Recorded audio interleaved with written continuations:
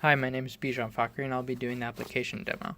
This is the home screen for our application. Here we can change different parameters for the SVM, such as the kernel, the type, the degree, gamma, different parameters that'll affect the overall accuracy, as well as the validation fold.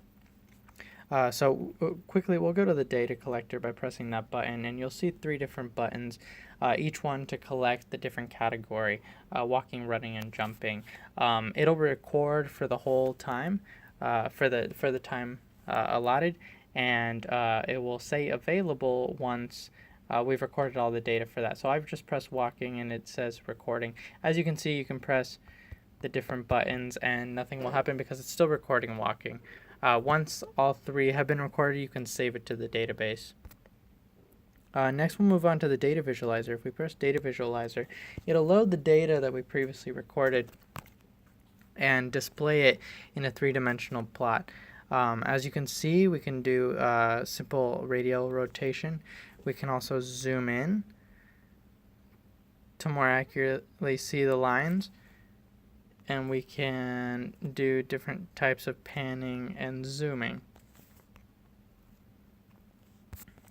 If we go back, we can go to the run SVM. If we press run SVM, it'll run the SVM, and we'll see the training time right here as a toast message and the cross-validation accuracy, as well as all the SVM parameters.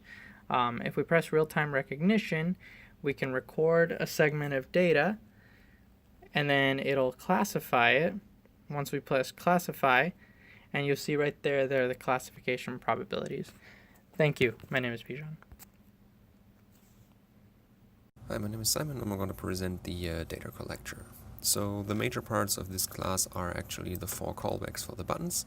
The first 3 of them are just setting the appropriate activity that needs to be recorded, and the 4th one is the save button for the database, which is pretty much just recycling the activity database that we created in assignment 2, which then stores all the data into the database and uploads it to the server to synchronize the data between different devices.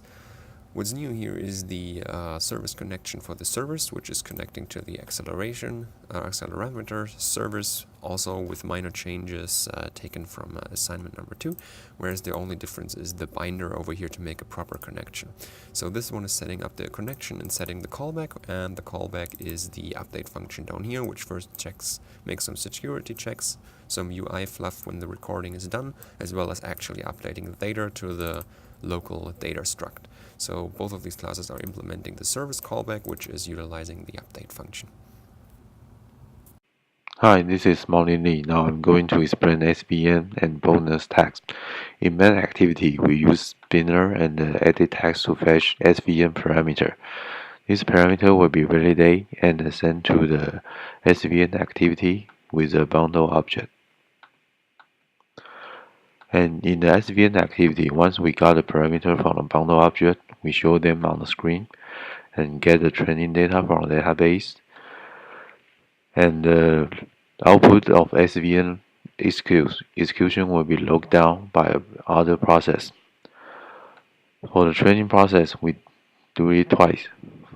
First time we do it for the cross-validation, and the second time we do it for generating SVM model for the bonus testing. So once training process is done, we pass the result file to get the accuracy of the cross-validation. For the bonus pass, once we go to the recognition activity, we use the countdown timer with a 5-second period, and during this 5-second period, user activity will be recorded by the sensor as a test data. Once we got this test data, the classification can be executed, and the result will show all the probability of each class label. Thank you. Hi, my name is Bijan Fakri and I'll be doing the data visualizer code review. We're in the main activity here, and here defines the button where if we press it, it'll take us to the data visualizer. Pressing it will start the data visualizer activity, and this activity, what it does is it starts a web view, and that web view initializes and loads a URL. This is a URL to a local HTML file called viz.html. This file right here, viz.html, simply declares and runs a JavaScript script shown here. This JavaScript script takes the data from our database of the 3 activities and plots them where each activity is given a different color, and the data has been pre-processed to already define the color for each activity individually. My name is Bijan Fagri, and thank you.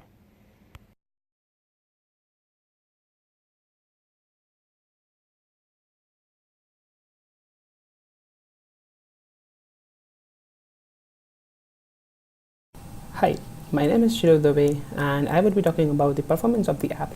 So for calculating the power, we have used the Power Tutor app, which is very simple to use, and for calculating the time, we have used a calendar class. So we basically note the time before the training or the testing starts, and then we note the time after the training or testing is done, and then we take the difference of those two to get the actual time. So this is where we have done this training, and yeah, there we get the training time.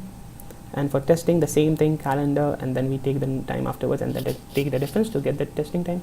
For displaying, we have simply divided the training time, testing time, and the power consumptions in an interval of 9, and then we simply plot the values. And for that, we have used 2 graph views, one for training, one for testing, and then we have simply added those views into different linear layouts. And this is how finally the thing looks like. Thank you so much.